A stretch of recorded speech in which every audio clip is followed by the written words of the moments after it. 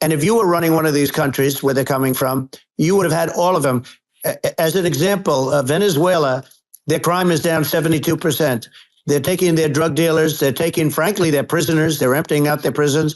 They're taking criminals, their murderers, their rapists, and they're delivering them into... But that's what Cat did on a much smaller scale. But this is a massive scale because this is being done worldwide. But here's what's happening. Crime all over the world is down. And wait till you see the numbers that we have. This is migrant crime. This is crime that's going to be... And I saw it today, and I never felt that way. I knew immediately that it was a bullet. I knew immediately that it was at the ear, and because it hit very hard, but hit the ear. And I also heard people shout, bullets get down, because I'm... What Donald Trump is just like in a conversation. So it's hard to catch this massive attack illustrates there's a lot of opposition to people just hearing what President Trump has to say. And I'm honored to have this conversation. I want to emphasize it's a conversation, and it's really intended to just get a feel for what Donald Trump is just like in a conversation. So it's hard to catch a vibe about someone if you just don't hear them talk in a normal way. And when there's an adversarial interview, like no one's themselves in an adversarial interview. So and this is really aimed at open-minded, independent voters who just try to make up their mind. And so you can understand what is it just like to have a conversation. Honored to Donald, great to speak. We had a great conversation yesterday. As you mentioned yesterday, if we could just record that conversation and post it, it would have been excellent. I hope we can have something like that today. I think we will. I'm pretty sure we will. And congratulations, because I see you broke every record in the book with so many millions of people. And that's an honor. We view that as an honor. And then you do want silencing of certain voices. Usually those are voices that have something to say that are constructive, oftentimes constructive. And so we have to consider it an honor. But congratulations on breaking every record in the book tonight. That's great. Thank you. Maybe start off with the assassination attempt, which was an incredible thing. And I have to say that your actions after that assassination attempt were inspiring. You, instead of shying away from things, instead of ducking down, you were pumping your fist in the air and saying, fight. And I think that's the president of the United States represents America. And I think that is America. That is strength under fire. And so that's a part of the reason why I was excited to endorse you as the president of the United States for having another term here. That was just incredibly inspiring. But what was it like for you? Not pleasant. I have to be honest. I said there was blood. I had more blood. I didn't know I had that much blood. The doctors later told me that the ear is a place that is a very bloody place if you're going to get hit. But in this case, it was probably the best alternative you could even think about because it went at the right angle. And it was a hard hit. It was very, I guess you would say surreal, but it wasn't surreal. I was telling somebody you have instances like this or a lot less than this where you feel it's a surreal situation. And I never felt that way. I knew immediately that it was a bullet. I knew immediately that it was at the ear, and because it hit very hard, but hit the ear. And I also heard people shout, bullets get down, because I moved down pretty nicely, pretty quickly. And we had bullets flying right over my head after I went down. So I'm glad I went down.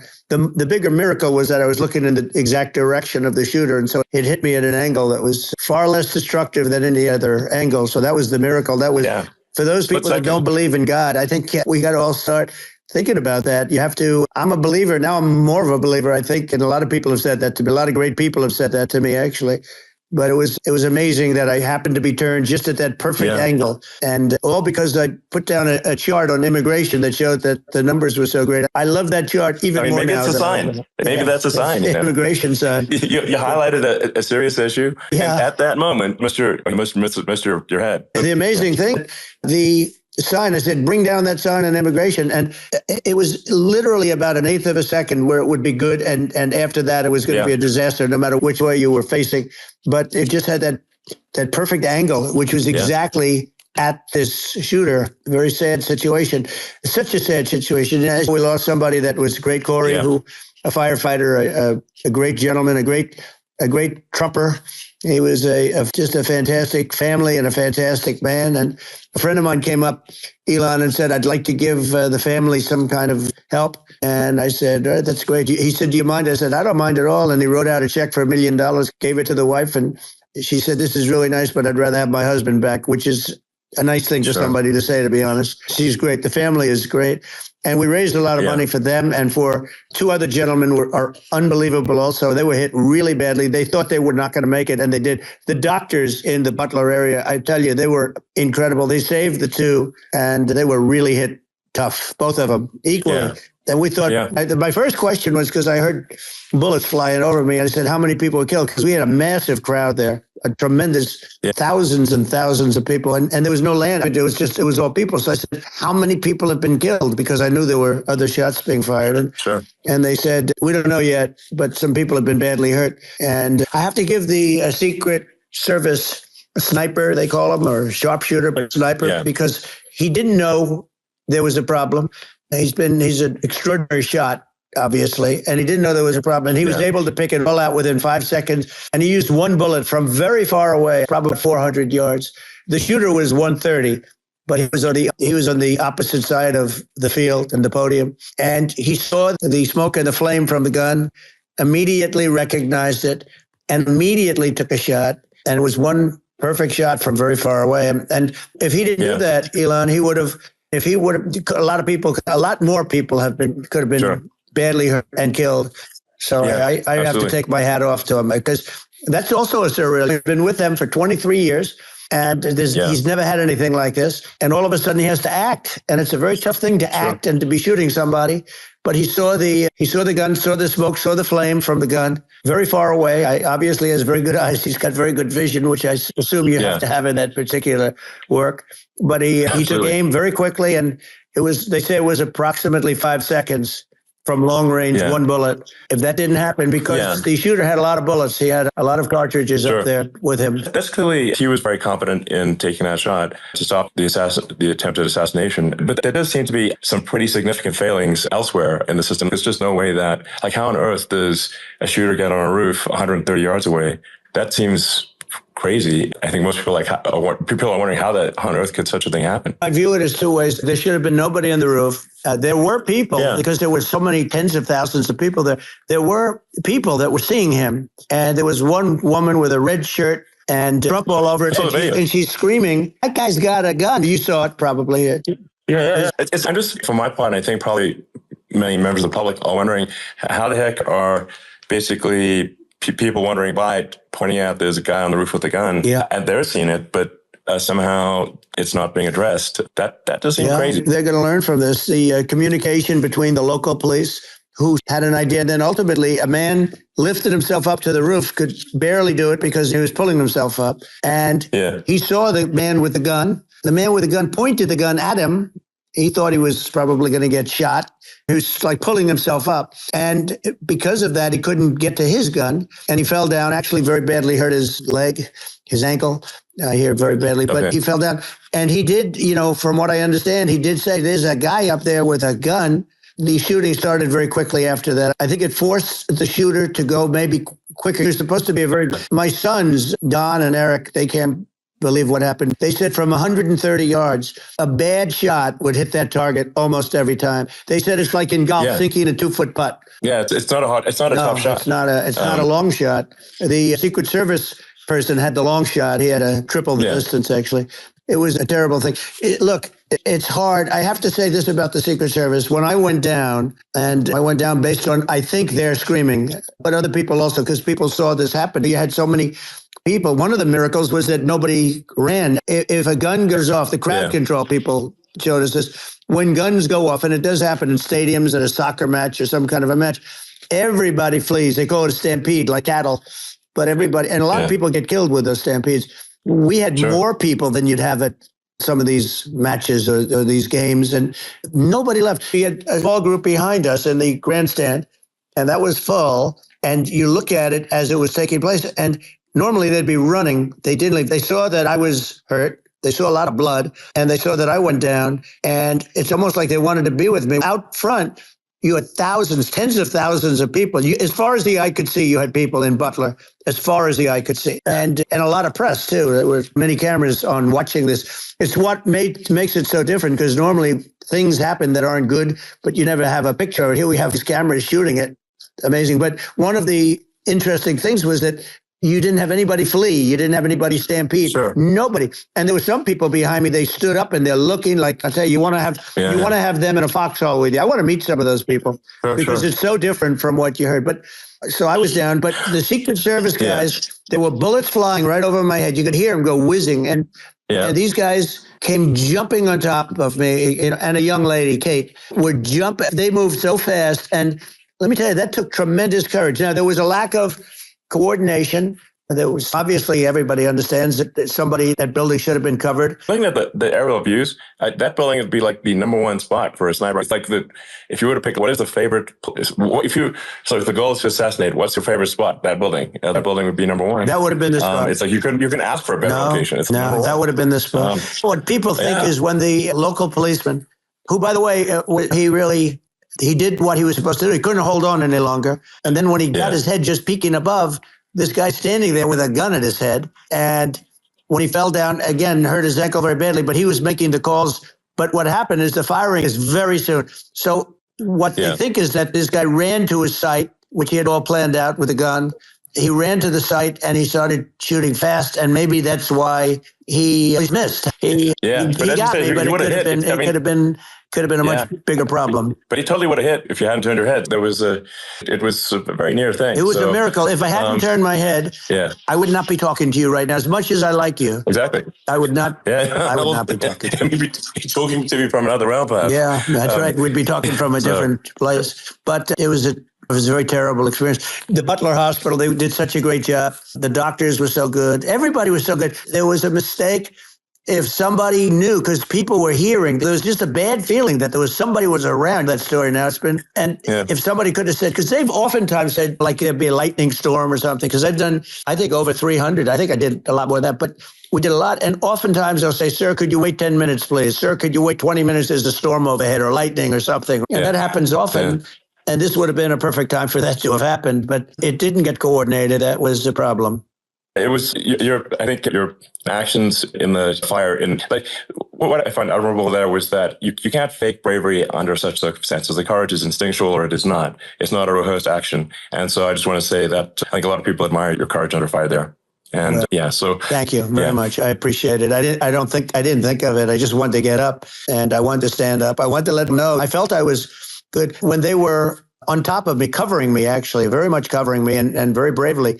But I wanted to get up. I said, I want to get up. And they have everything there. They wanted stretcher. I didn't like, and I knew I was hit in the ear, but I knew I wasn't hit anywhere else. They felt I was hit someplace else because it was such a lot of blood. And they were sure that I was hit someplace else. And they were saying, sir, you were hit more than the ear. I said, nope, I was hit in the ear. I want to get up. Let me get up. And so I got up and the crowd didn't know what to think. This was so many people and you could see they were confused. They didn't know what to think. And I wanted to let them know I was okay. It was very important for me to let them know that. And they went wild. You've seen they didn't go wild when I got up because they didn't know, was I alive? You really couldn't tell. When I stood up before the fist in the air, they didn't know if I was alive. Nobody did. And when I put the fist up, they were just relieved and happy and thrilled. And the place went crazy. It was pretty amazing. It was a terrible thing, but it was incredibly moving. And speaking of the sort of slide that got you to turn, that saved your life, really, was the illegal immigration slide. Maybe this is worth talking about that. It was that slide. Illegal immigration saved my life. You're right, but it had to be at that exact angle. That's a great one. The incredible thing, though, when you talk about the odds, you had to be exactly at that angle. But the incredible thing is that the chart, I used it less than 20% of the time. It was just a moment. Yeah. It's always on my left, never my right. And it's always at the end of the speech.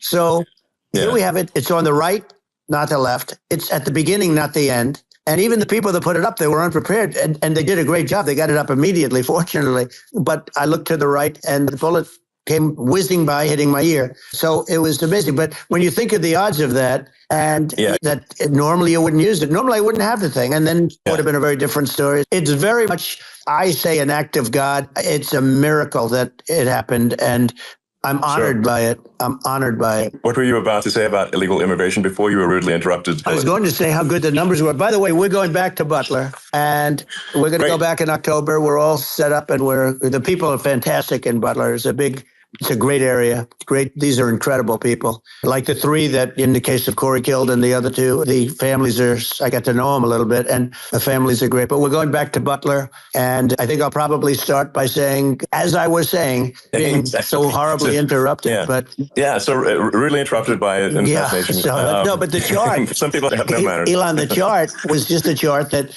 in my last week, we had the best illegal immigration numbers, meaning stopping. It was at the lowest. You've seen the chart. It's become quite a famous chart, but that was the lowest point ever recorded. It was I was very proud of those numbers. And then you see what happened with these people, Kamala and Joe. You see what happened. They just let it go. I had remain in Mexico policies. I had all these different policies that was so good. Guys like Tom Holman and Brandon Judd from Border Patrol. These are all people that they've been on television. It says the best numbers we've ever had. We had so many different checks. Catch and release in Mexico, not the United. We had catch and release in the United States. We had it in Mexico. We had so many things. We had things where many people come in there, they have contagious diseases. We had everything passed. If you have a contagious disease, I'm sorry, but we cannot allow you into the country. So we were setting literally, and all I was doing is showing that, and I use it sometimes. Sure. And in this case, I'm glad I used it. I can tell you that. But they were fantastic numbers. But I'm going to sleep with that chart always. I'll be sleeping with that chart. That chart was very important for a lot of reasons. Well, would it be accurate to say that you're supportive of legal immigration, but that we also need to shut down illegal immigration, and especially unvetted illegal immigration, because and that's not the same as saying that everyone who is an illegal immigrant is bad. In fact, I think most people who are illegal immigrants are actually good, but you can't tell the difference unless there's a solid vetting of who comes across the border. Does that actually represent your position? I say it very simply. They have to come in legally. They have to be checked because look, Kamala was the border czar. Now she's denying it. Everything that I do, she's saying she was strong on the border. We're going to be strong. She doesn't have to say it. She could close it up right now. They could do things right now. It's horrible. No tax on tips. And all of a sudden she's making a speech and saying there will be no tax on tips. I said that months ago. And by the way, they had just the opposite. They had not only tax on tips, but they hired 88,000 IRS agents. And many of them were assigned to go get waitresses and caddies and all of this on tips. They have a policy. They had a policy that they were really going to go after you and were really harassing people horribly. And then all of a sudden, for politics, she comes out with what I said, which I think is terrible. And I think it's also hitting them very hard. These people are fake. Now they're also saying they did a good job in the border. We had the worst numbers in the history of the world, not of our country. There's never been a country in history that has had a catastrophe like this. We've had, I believe, you believe this too, you hear 12 million, 13, I believe it's over 20 million people came into our country, many coming from jails, from prisons, from mental institutions, or a bigger version of that is insane asylums, and many are terrorists. And I'll tell you what, they're coming not just from South America, they're coming from Africa, they're coming from all over the world, they're coming from Asia, they're coming from the Middle East, they're coming from countries that are stupidly and horribly bombing Israel October 7th. They're coming from all over the world. And you look at, it's so sad, October 7th, because it should have never happened. It's so sad when you look at Ukraine. It should have never happened. We have a defective government. These are defective people, and they're not that should be running it. But where you see it the best is the border, because you have millions of people coming in a month, and then she gets up and she tries to pretend like she's going to do something. She had 3.5 years. And by the way, they have another 5 months that they can do something, but they won't do anything. It's all, she's incompetent and he's incompetent. And frankly, I think that she's more incompetent than he is. And that's saying something because he's not too good. Yeah. No, I think it is essential to have a secure border. You're really not a country unless you have a secure border. And secure elections. Yeah, absolutely. Secure elections. And so it's just essential to have a real border or we can't function as a country. And our central services are being overwhelmed in a lot of cities. But as we were talking about earlier, I think having a legal immigration process that is smooth and efficient and done well. And I'm speaking as someone who is a legal immigrant.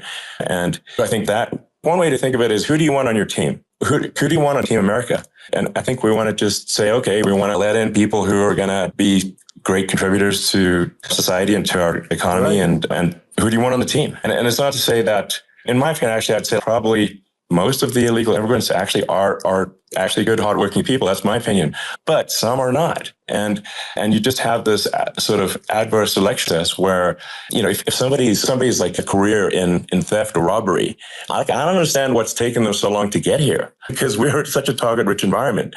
Why aren't more people who have a career in bad things coming here sooner? Because it's a piece of cake to go rob houses in LA or New York compared to other parts of the world.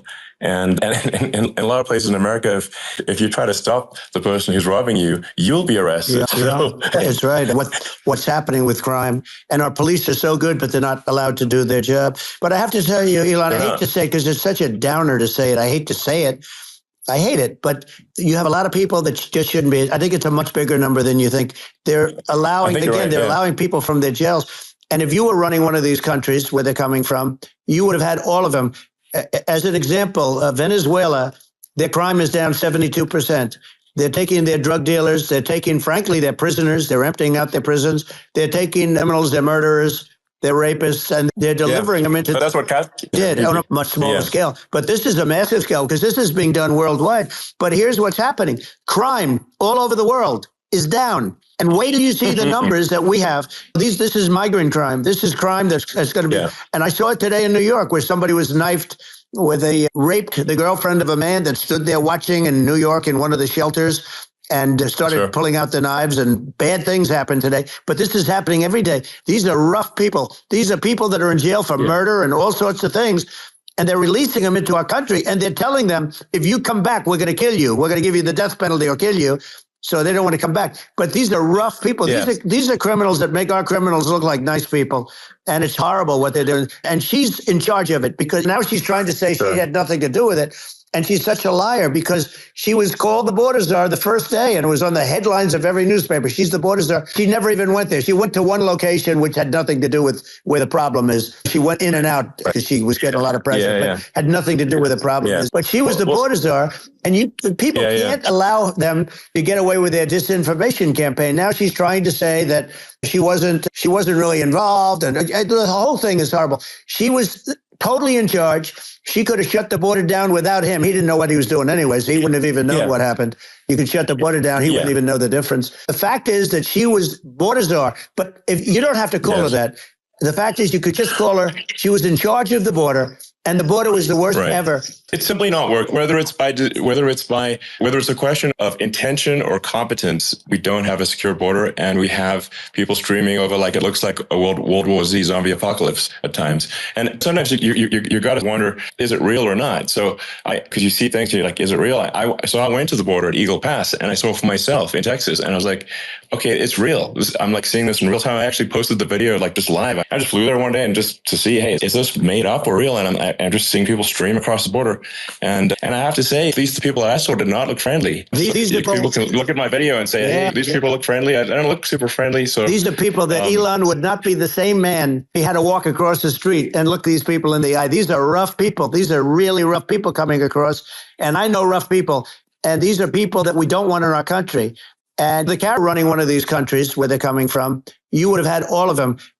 As an example, Venezuela, their crime is down 72%. You would have had all of them. As an example, Venezuela, their crime is down 72%. They're taking their drug dealers. They're taking, frankly, their prisoners. They're emptying out their prisons. They're taking criminals, their murderers, they're rapists, and they're delivering them into. But that's what did on a much smaller scale. But this is a massive scale because this is being done worldwide. But here's what's happening. Crime all over the world is down. And wait till you see the numbers that we have. This is migrant crime. This is crime that's going to be. And I saw it today in New York where somebody was knifed with raped the girlfriend of a man that stood there watching in New York in one of the shelters and started pulling out the knives, and bad things happen today. But this is happening every day. These are rough people. These are people that are in jail for murder and all sorts of things. And they're releasing them into our country. And they're telling them, if you come back, we're going to kill you. We're going to give you the death penalty or kill you. So they don't want to come back. But these are rough people. These are criminals that make our criminals look like nice people. And it's horrible what they're doing. And she's in charge of it because now she's trying to say she had nothing to do with it. And she's such a liar because she was called the border czar the first day and it was on the headlines of every newspaper. She's the border czar. She never even went there. She went to one location which had nothing to do with where the problem is. She went in and out, I guess, because she was getting a lot of pressure. Yeah. Had nothing to do with the problem. Yeah. But she was the border czar. And people can't allow them to get away with their disinformation campaign. Now she's trying to say that she wasn't really involved. And the whole thing is horrible. She was totally in charge. She could have shut the border down without him. He didn't know what he was doing anyway, so he wouldn't have even known what happened. You could shut the border down. He wouldn't even know the difference. The fact is that she was border czar, but if you don't have to call her that. The fact is you could just call her, she was in charge of the border. And the border was the worst ever. It's simply not working. No. Whether it's a question of intention or competence, we don't have a secure border, and we have people streaming over like it looks like a World War Z zombie apocalypse at times. And sometimes you got to wonder, like, is it real or not? So because you see things, and you're like, is it real? So I went to the border at Eagle Pass, and I saw for myself in Texas, and I was like, okay, it's real. I'm like seeing this in real time. I actually posted the video like just live. I just flew there one day and just to see, hey, is this made up or real? And I'm just seeing people stream across the border. And I have to say, at least the people I saw did not look friendly. These are people can look at my video and say, hey, these people look friendly. I don't look super friendly. So these are people that Elon would not be the same man. He had to walk across the street and look these people in the eye. These are rough people. These are really rough people coming across. And I know rough people. And these are people that we don't want in our country. And the caravans are coming in and they're and who's doing this are the heads of the country. You would be doing it, and so would I. And everyone would say, oh, what a terrible thing to say. The fact is, it's brilliant for them because they're all of their bad people, really bad people. And I hate to say this, the reason the numbers are much bigger than you would think is they're also taking the non-productive people. Now, these aren't people that will kill you. We have enough of them. But these are people that are non-productive. They are just not productive for whatever reason. They're not workers or they don't want to work or whatever. And these countries are getting rid of non-productive people in the caravans in many cases. And they're also getting rid of their murderers and their drug dealers and the people that are really brutal people. And they're coming into our country at levels that have never been seen before.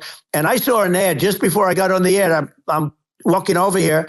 And I saw an ad by Kamala saying how she is going to provide security. Where has she been for 3.5 years? For 3.5 years, we have 20 million people. I think this, frankly, I think this is a fundamental existential issue for the United States. And if we have another 4 more years of open borders, and it's going to be even worse with another 4 more years, it's going to be even worse than it's been for the past 3.5 years. I'm not sure we got a country. You don't have a country left. Elon, if they get in, you will have 50 to 60 million people from all over the world, not South America only. We think of South America, we think of Honduras and El Salvador, Guatemala, and Mexico, the 4. But it's not that. It's everywhere. They're coming in from everywhere. And I had to stay in Mexico. Yeah, I think this is a super important point. Like people, it's basically, when I went down there, I was like, where are people from? It's like almost no one was from Mexico. It's just a border with Mexico, but the people coming in, it's Earth, the rest of Earth. And America is only, about 4 or 5% of the population of Earth. It would only take a few percent of the rest of Earth to overwhelm everything. We're already overwhelmed, Elon. We're overwhelmed. You had to see the news tonight about New York, and I love that place. And what they're doing to it is horrible, what they're doing to it. And all the courts do is they try and focus on Trump. Okay, let's focus on Trump, who did nothing wrong. I come about a rigged election. Elon, what's happened is unbelievable. You have from Africa, from the Congo, they're coming from the Congo, and 22 people came in from the Congo recently, and they're murderers, and they're dropped. They drop them. They take them out of jails, which is very expensive to maintain the jails. Although they don't do too much maintaining, I can tell you. But they take them out of jails, prisons. They take them out and they bring them to the United States. They deposit them in the United States and say, "Don't ever come back, or you're going to be executed." And they don't want to come back, but they won't come back. Sure. But they're coming from Africa. They're coming from Asia. They're coming from the Middle East. They're coming from South America. They're coming from everywhere. And there are a lot of really bad ones. It's just an everywhere on Earth thing. And it's just not possible for the United States to absorb everyone from Earth, or even a few percent of the rest of Earth. It's just not possible. And we're going to have, to finish this up, we're going to have the largest deportation in history of this country. And we have no choice. Otherwise, we're going to have a country, what they've done to our country. Think of it. In Venezuela and in some of these other countries, crime is down 50, 60, 70, 80%. And you would be the same. You would. Yeah. I'll tell you what, Venezuela has not rid of all of them. They've gotten rid of about 70% really bad people. Their jails are about 50% put into the United States. Same with other countries. Some are at 30%, some are at 50%. They're all different. But the bottom line is they're all going to be at 100%. Why wouldn't you put 100% of it? Yeah. And they're doing it right now while this third-rate phony candidate, don't forget, I beat Biden. He failed in the debate miserably. And some people said, oh, gee, it's too bad. It's too bad he did so badly, or I did well in the debate. The first night they said, wow, one of the people at CNN said that was the greatest debate performance I've ever witnessed. And then 2 days later, they didn't talk about that. They just said he was bad. But that's okay. That's the way I get treated. And I don't mind that at all. What I can tell you is this. We cannot have a Democrat. We cannot have her. She's incompetent. She's as bad as Biden in a different. She hasn't done an interview since this whole scam started. And say what you want. This was a coup. This was a coup of a president of the United States. He didn't want to leave, and they said, we can do it the nice way or we can do it the hard way. Yeah, no, they just took him out back behind the shed and basically shot him. With this guy. And I'm no fan of his. And he was a horrible president, the worst president in history. And one of the reasons he was so bad, first of all, the Israeli attack would have never happened. Russia would never have attacked Ukraine. And we'd have no inflation. And we wouldn't have had the Afghanistan mess, if you think of it. And we wouldn't have had Afghanistan. But we think of it. You take a few of those events away and we have a different world. We would also have inflation was caused by oil. Yeah, no, I think you're making an excellent point here, which is that when other countries that are thinking about invading or doing bad things, when they're thinking about that, they're thinking about, okay, what's the American president going to do? And do they fear the American president? Or is there someone they do not respect and do not fear? And I think they do rightfully be, look at the footage of the assassination. They're like, okay, President Trump is don't mess with me. Whereas I think people are not going to be, and they obviously have not been at all intimidated by Biden, and they certainly will not be intimidated by Kamala. And you have to really think of that in the context of global security. That if the American president is someone that evil dictators are scared of, that makes a huge difference to the security of the world. So I had a good relationship with Putin, despite the Russia hoax that lasted for over 2 years. It's just a hoax created by Hillary Clinton and Adam Schiff, some just bad people, just sick people, frankly. Schiff is a sick person. He's going to end up probably being a senator. It's hard to believe. The whole thing is hard to believe. But they put our danger with that stuff, too. They actually, when they make up stories, and you have to fight your way out of it for a long time. But I know Putin very well. I got along with him very well. Respected me, and it's just one of those things. And we would talk a lot about Ukraine. It was the apple of his eye. But I said, don't ever do it. Don't ever do it. I shut down Nord Stream 2. That was the big oil pipeline, the biggest pipeline in the world going all over Europe. I shut it down. Biden came, and then they say, I loved Russia. I was a friend of Putin, and I loved Russia. No, he actually said to me one time, he said, if you're my friend, I'd hate to see you as an enemy. I shut down his pipeline, the biggest pipeline. They were looking at that to fund. And this pathetic president gets in there. And the first thing he did, one of the early things he did is he shut down Keystone XL pipeline, which is our pipeline that would have employed 48,000 people, pipeline workers, shuts it down. That was a massive job that Obama refused to allow. I allowed it in my first week, because it was jobs and it moved oil. And by the way, in a much more environmentally friendly way. It's underground. It's not a truck that catches on fire or a train that catches on fire. But think of it. He shut down the XL pipeline, the Keystone XL pipeline. He shuts that down and he approves the Russian pipeline. Yeah, it doesn't make any sense. It's inconsistent, certainly. But I think it's just worth emphasizing to listeners immense importance of whether the United States president is intimidating or not intimidating, and how much that matters to global security. There's some real tough characters out there, and if they don't think the American president is tough, they will do what they want to do. I know every one of them. And that puts the whole world in danger. Elon, I know every one of them, and I know them well. I know Putin, I know President Xi, I know Kim Jong-un of North Korea. I know every one of them. And let me tell you, people will say, oh, this is terrible. He said, I'm not saying anything good or bad. They're at the top of their game. They're tough, they're smart, they're vicious, and they're going to protect their country, whether they love their country. They probably do. It's just a different form of love, but they're going to protect their country. But these are tough people at the top of their game. And when they see a Kamala or when they see a Biden, Sleepy Joe, they can't even believe it. They can't believe this happened. All the stuff that you're seeing now, all the horror that you look at Israel, they're all waiting for an attack from Iran. Iran would not be attacking, believe me. When I was there, and I say it with respect, because I think we would have been good with Iran. I don't want to do anything bad to Iran, but they knew not to mess around. Iran was broke. because I told China, if you buy from Iran oil, it's all about the oil. That's where the money is. But if you buy oil from Iran, you're not going to do any business with the United States. And I meant it. And they said, we'll pass. They didn't. Other countries likewise. Sure. You want to buy, you're not doing business with the United States. And they were at a point where they had no money for Hamas. They had no money for Hezbollah. They had no money for any of these instruments of terror.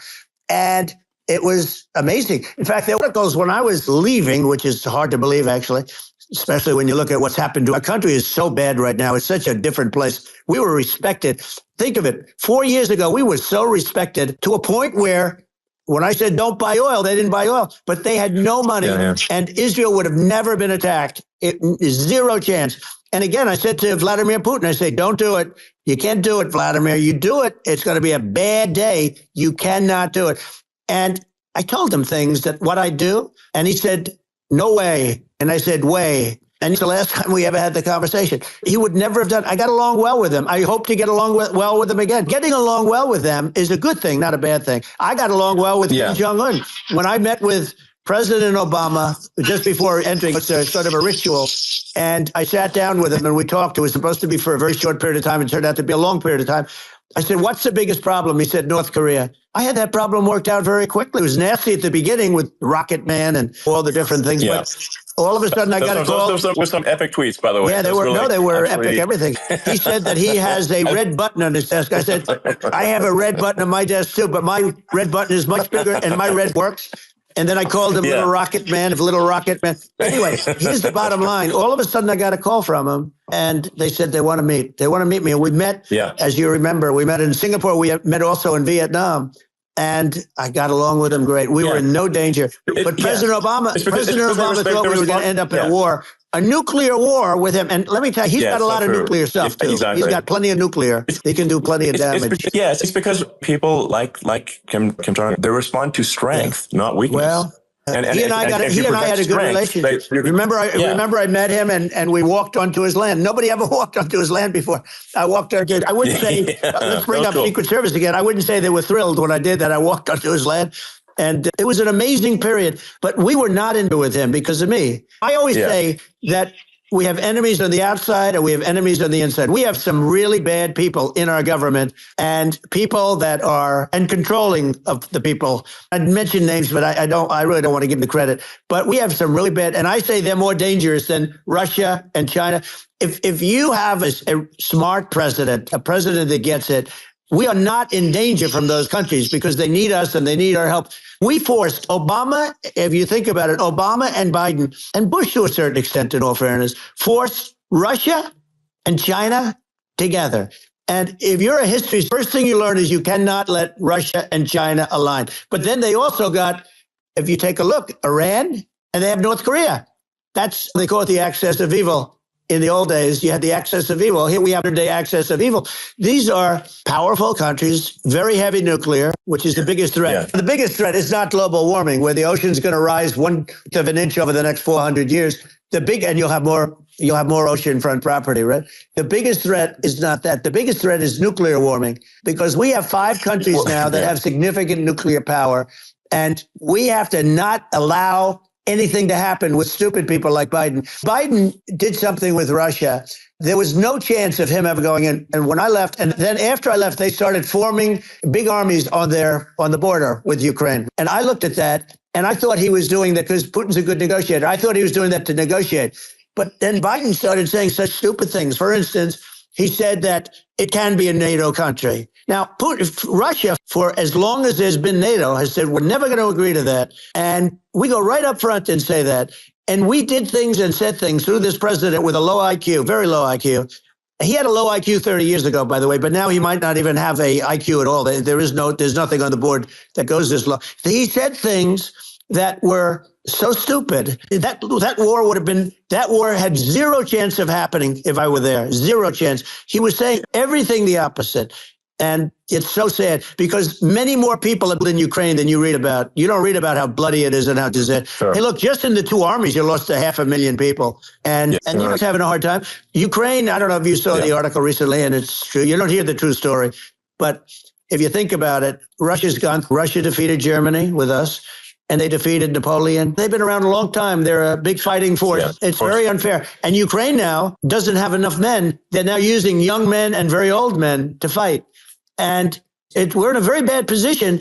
And I'm not going to blame exclusively, but I can tell you, I could have stopped that. And a smart president could have stopped that. It wouldn't have happened.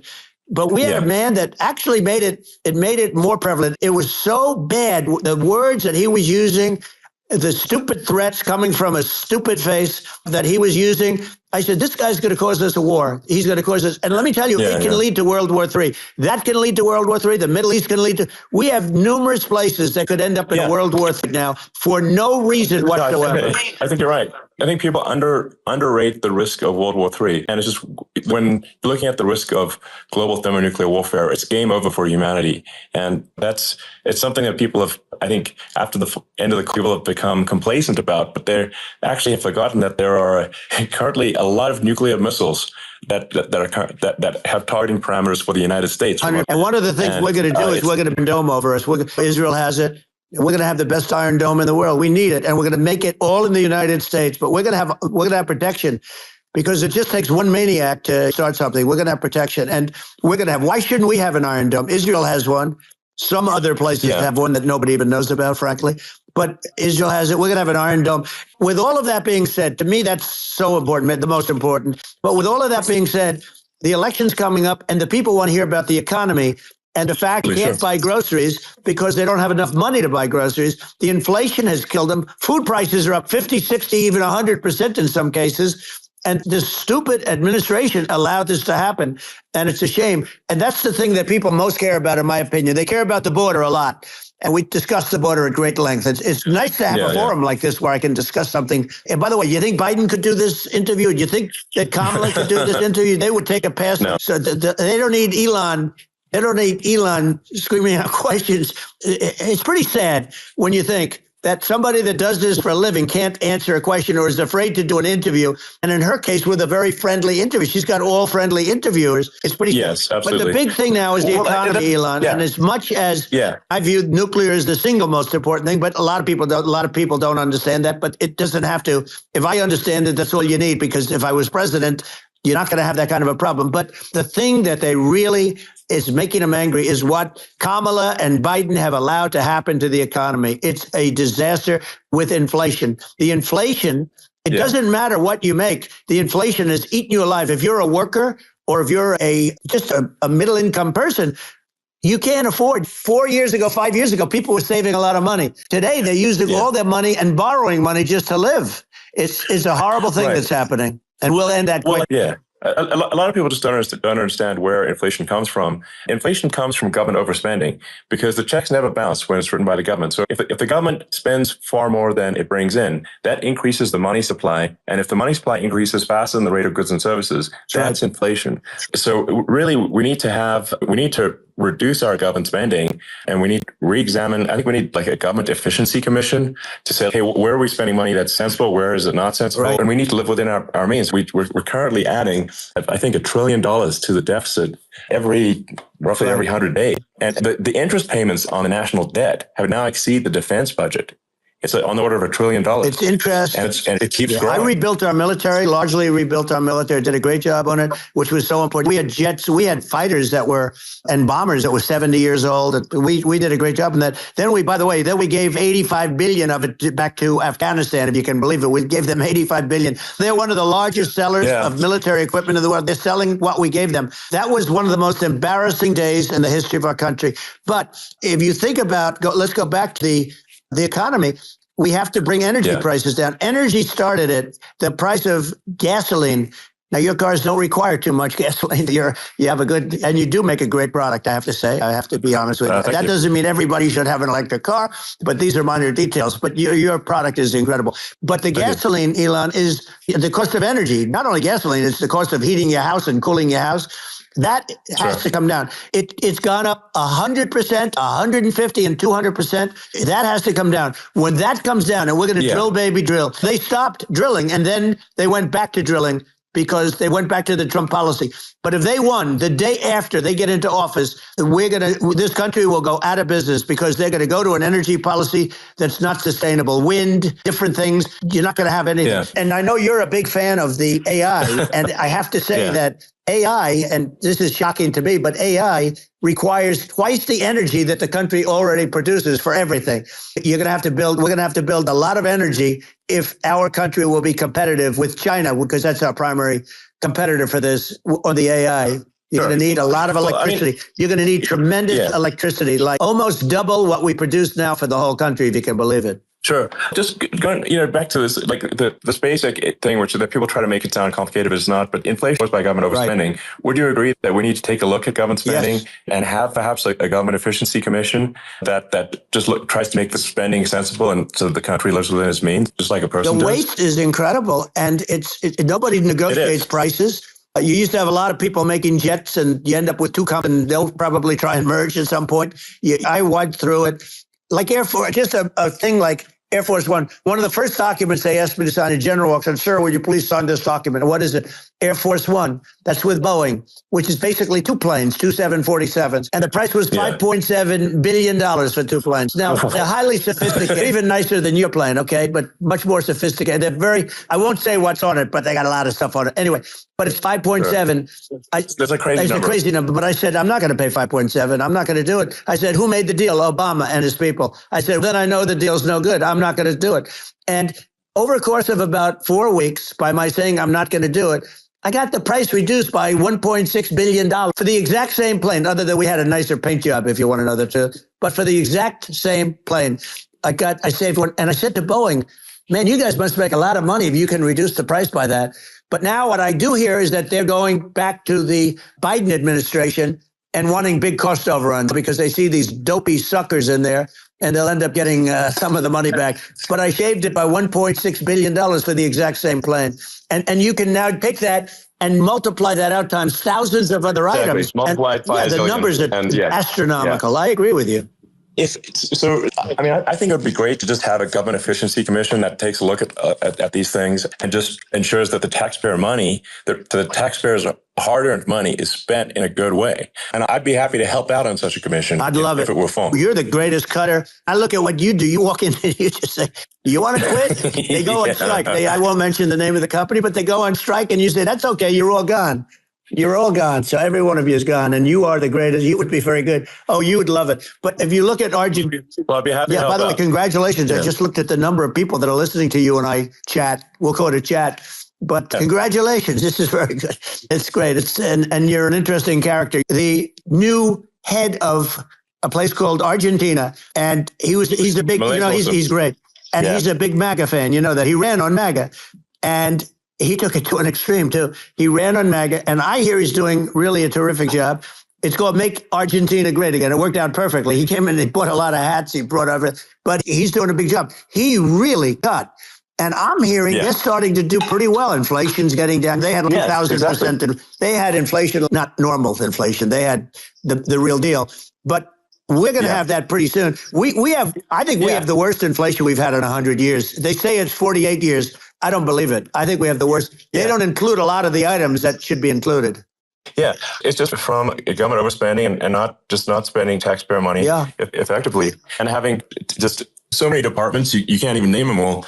And what Milei is doing is he's cutting government spending. He's simplifying things. He's putting in regulations that make sense. And Argentina overnight is experiencing a giant improvement in prosperity. But it's also a lesson for the United States, which is that Argentina used to be one of the most prosperous countries in the world in the 30s, 40s. And because of bad government policy, it ruined the country. And if you take Venezuela, for example, Venezuela should be incredibly prosperous.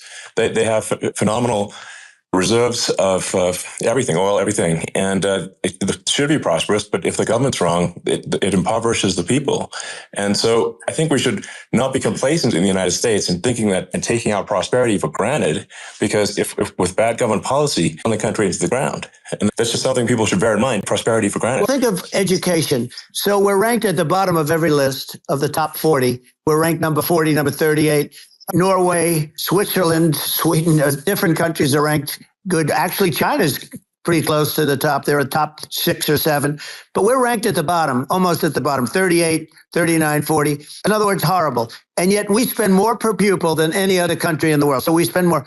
And what I'm going to do, one of the first acts, and this is where I need an Elon Musk. I need somebody that has a lot of strength and courage and smarts. I want to close up Department of Education, move education back to the states, where states like Iowa, where state Idaho, not every state will do great, because states that basically aren't doing good now. You look at Gavin Newsom, the governor of California. He's terrible. He does a terrible job. So he's not going to do great with education. But I would bet that 35 would do great, and 15 of them or 20 of them will be as good as Norway. Norway is considered great. You can name them. It's just, they're so good. Some of these countries are so good. But if you go into some of these really well-run states, we have states that don't know what debt is. We have states that have low taxes, no debt, everybody working. They're really well-run. And maybe they have certain edges in terms of location, in terms of the land or the sun and the water and the whole thing. There are a lot of advantages to some people. But if you moved education back to the 50, you'll have some that won't do well. But they'll actually be forced to do better, because it'll be a pretty bad situation.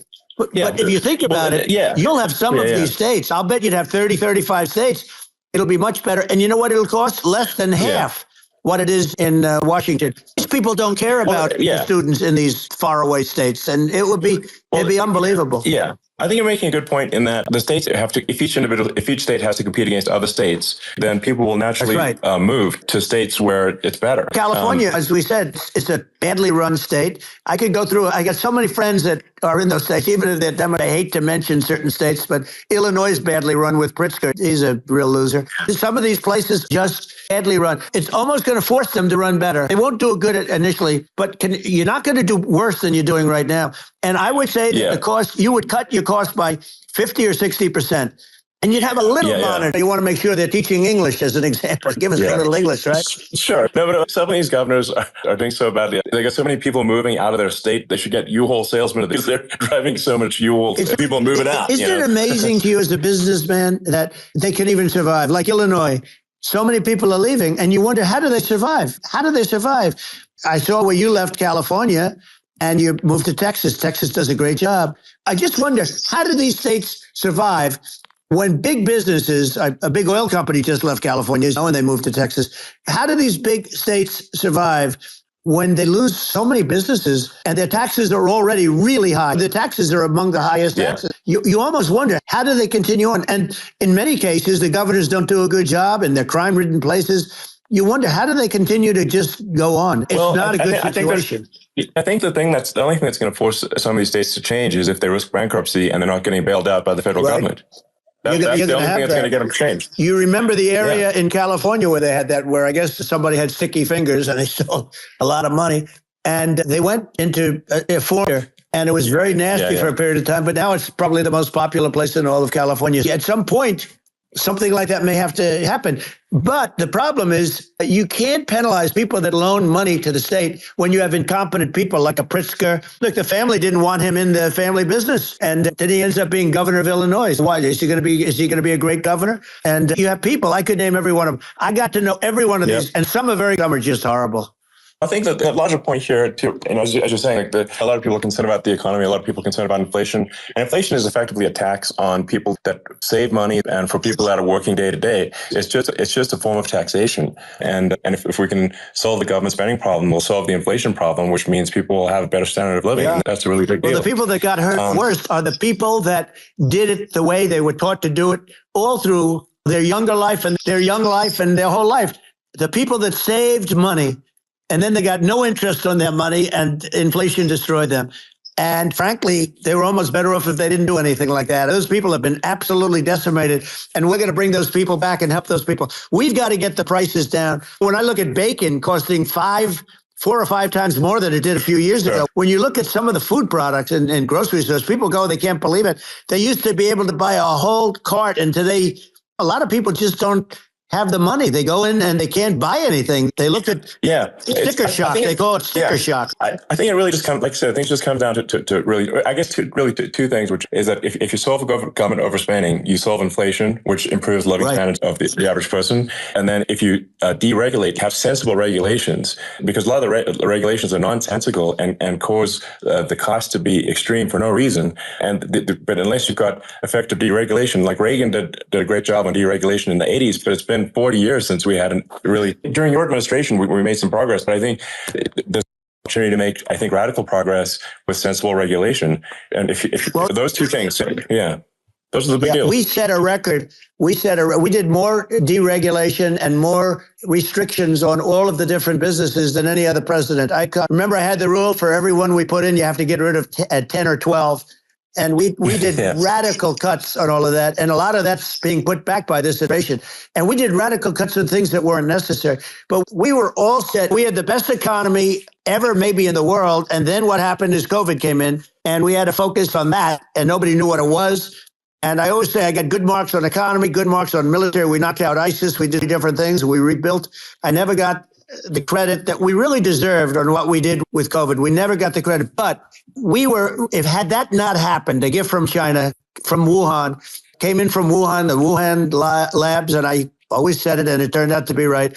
But had that not happened, we were set to start reducing debt. We're going to reduce taxes further. I gave the largest tax cuts, and we were going to reduce taxes still further for middle-income people, not only businesses. But we did it for businesses because they're the ones that's why we had the great job numbers. But we were set to really start reducing debt.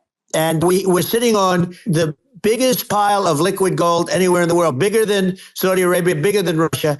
And we were going to drill it. We were going to make so much money. We were going to supply Europe with oil. I had stopped the Russian pipeline, and we were going to supply them with oil and gas. We were going to make a fortune. And then the COVID came in, and we really had to divert. Then what happened is when they came in, we kept a lot of businesses alive. If I didn't do what we did, we would have had a 1929 type depression. But the problem is when Biden came in, he got trillions of dollars and just started spending it stupidly. You didn't need it anymore. We got over that bad period where everybody was dying and it was just not a good period. Interestingly, during his administration, many more people died during his administration of COVID than during my administration. And we really got the brunt of it. But people don't realize more people died during his administration than ours. But it diverted us from doing what I wanted to do. But we had the greatest for almost 3 years. And you know that probably better than anybody. So many of your friends said to me, the best years we've ever had in business were during the Trump years. And also said that African-American, Hispanic-American were so incredible. They were having the best Asian-American women, men, young people without a diploma, young people that graduated from the best colleges, from MIT, from the Wharton School, from all of the great colleges, Harvard. They were doing better, and people without a diploma were doing better. And everybody was happy. And then COVID had it. The problem is they spent trillions and trillions of dollars. They wasted. They shouldn't have taken any money, and we wouldn't be having inflation right now, which is killing our country. Yeah, absolutely. And I should probably say something about my views on climate change and oil and gas, because I think it probably different from what most people would assume, because my views are actually pretty, I think, moderate in this regard, which is that I don't think we should vilify the oil and gas industry and the people that have worked very hard in those industries to provide the necessary energy to support the economy. And if we were to stop using oil and gas right now, we would all be starving and the economy would collapse. So I don't think it's right to vilify the oil and gas industry. The world has a certain demand for oil and gas, and it's probably better if the United States provides that than some other countries. Sure. And it would help with prosperity in the U.S. And at the same time, obviously, my view is we do over time want to move to a sustainable energy economy, because eventually you run out of oil and gas. It's not infinite, and there is some risk. I think the risk is not as high as a lot of people say it is with respect to global warming. But I think if you just keep increasing the parts per million in the atmosphere enough, eventually it actually simply gets uncomfortable to breathe. People don't realize this. If you go past 1,000 parts per million of CO2, you start getting headaches and nausea. And so we're now in the sort of 400 range. We're adding, I think, about roughly 2 parts per million per year. So what it means is we still have quite a bit of time, but so we don't need to to rush, and we don't need to like stop farmers from farming or prevent people from having steaks or basic stuff like that. Leave the farmers alone. I agree. How crazy is that, where you have farmers that are not allowed to farm anymore and have to get rid of their cattle, and the whole world is a little crazy, but it's largely taken its lead from us. I just say, though, I've heard in terms of the fossil fuel, because even to create your electric car and create the electricity needed for the electric car, fossil fuel is what really creates that at the generating plants. And so you can't get away from it at this moment. Someday you might be able to. I do hear we have anywhere from 100 to 500 years left. Much of it hasn't even been found yet. Yeah. But there are tremendous, like Anwar. I got Anwar in Alaska approved. Ronald Reagan couldn't do it. Nobody could do it. Everybody tried. Nobody could do it. I got it approved. The first thing that Biden did was unimprove it, to get rid of it. He ended it. His secretary went in and she ended it. And what that's Anwar. That's bigger, or they think it could be bigger than Saudi Arabia in Alaska. Could be bigger than Saudi Arabia. But they went in and they terminated it. And I'll get it going very quickly, because not only is it big for Alaska, I mean, you talk about economic development, that for the United States, I mean, that is, they say bigger than Saudi Arabia or the same size, and pure, really good stuff. And they ended. So I think we have perhaps hundreds of years left. Nobody really knows. But during that time, something will come around that will be very good. Yeah. My estimate would be a little more aggressive than that, but it's not the sort of like, we're all going to die in 5 years. That's obviously BS. But my view is, if you just look at the parts per million that increments every year, you get 2 or 3 parts per million every year of CO2. I think some of that, it's problematic if it accelerates, if you start going from 2 or 3 to say 5. And then there may be some situations where you get a step change increase in the CO2. And I think we don't want to get too close to 1,000 ppm, because that's actually makes it uncomfortable to breathe. Like, just existing in 1,000 ppm CO2 is uncomfortable. That's considered like an industrial hazard. Right. That's actually, you start getting headaches and stuff. So it's even without global warming, it's not comfortable to live. So you don't want to get too close to that. But I think I think we want to just move over. And if, I don't know, 50 to 100 years from now, we're I don't know, mostly sustainable, I think that'll probably be okay. So it's not like the house is on fire immediately, but I think it is something we need to move towards. On balance, it's probably better to move there faster than slower, but like I said, without vilifying the oil and gas industry and without causing hardship in the short term. I think this can be done without, people can still have a stake and they can still drive gasoline cars. Sure. It's okay. It's not, I don't think we should vilify people for it, but I think we should just generally lean in the direction of sustainability. And I actually think solar is going to be a majority of Earth's energy generation in the future. And it's certainly trending that way. And so you get the solar power, combine that with batteries, because obviously the sun doesn't shine at night. And then you use that to charge the electric cars, and you have a long-term sustainable solution. And that's what Tesla is trying to move things towards. And I think we've made a lot of progress in that regard. But when you look at our cars, we don't believe that environmentalism, that caring about the environment should mean that you have to suffer. So we make sure that our cars are beautiful, that they drive well, that they're fast, they're sexy, they're cool. In fact, literally, the sexy joke, Model S, Model 3, Model X, and Y spells out sexy. It's probably the most expensive joke out there. But I don't know, I like cheesy humor. But I'm a big fan of, let's have an inspiring future, and let's work towards a better future, and we do so without demonizing. Okay. It's very interesting. You use the word global warming, and today they use the word climate change, because you have some places that go up, and so they were getting themselves a little with the word global warming, because not every place is warming. Some places are going the opposite direction. But I'm waiting for you to come up with solar panels on the roofs of your cars and on the trunks of the cars. And it just seems like something that at some point you will come up with. I'm sure you'll be the first. But it would seem that a solar panel on the roof, on flat surfaces, on certain surfaces might be good, at least in certain areas of the country where you have the world, where you have the sun. But I would think, and I have no idea because that's not my world, but I would think that this would be something that would be interesting. The one thing that I don't understand is that people talk about global warming or they talk about climate change, but they never talk about nuclear warming. And to me, that's an immediate problem. Because you have, as I said, 5 countries where you have major nuclear, and probably some others are getting there, and that's very dangerous. That's where you need a strong American president, because you don't want to have this proliferation. But you have 5 countries, and China is much less than us right now, but they're going to catch us sooner than people think. They're way lower. Russia and us are number 1, and we're tied. And China is far behind, but they're developing at a level that you're not surprised to hear, very fast. they'll end up catching up, maybe even surpassing. But to me, the biggest problem is not climate change. It's not, and everything's, a problem, but it's degrees. To me, the big problem is the nuclear power. The power of nuclear is so great. And when I talk about I'll prevent World War III, I will. But the truth is that you have to, because this is no longer army tanks going back and forth and shooting at each other. This is a level of destruction and power that nobody's ever seen before. Yeah, and actually, there's the bad side of nuclear war, very bad side. But there's also, I think, nuclear electricity generation is underrated. You're right. And it's actually, people have this fear of nuclear electricity generation, but it's actually one of the safest forms of electricity generation. It's just a huge misunderstanding. And if you look at the injuries and deaths caused by, say, I'm not going to pick on coal mining, but just any kind of mining operation, and there's a certain number of injuries and deaths per year. And you compare that to nuclear, is actually way better. So it's underrated as an electricity source, and I think it's something that's worth reconsidering, but there's so much regulation that people can't get it done. So that maybe they'll have to change the name. It's a rough name. There are some areas like when you see what happened, we'll have to rebrand it. We'll have to give it a good name. We'll name it after you or something. No, it has a branding problem. When you see what happened, it does have a branding problem. When you see what happened in Japan, where they say you won't be able to go on the land for about 3,000 years. Did you ever see that? And in Russia, where they had the problem, where there's a lot of bad things happened, and they have a problem. And they say that in 2,000 years, people will start to occupy the land again. You realize it's pretty bad. No, that's not true. But you're right about it. It's actually not that bad. So, like, after Fukushima happened in Japan, people were asked, California, are we worried about the nuclear cloud coming from Japan? I'm like, no, that's crazy. It's not even dangerous in Fukushima. I actually flew there and ate locally grown vegetables on TV to prove it. And I donated a solar powered system for a water treatment plant.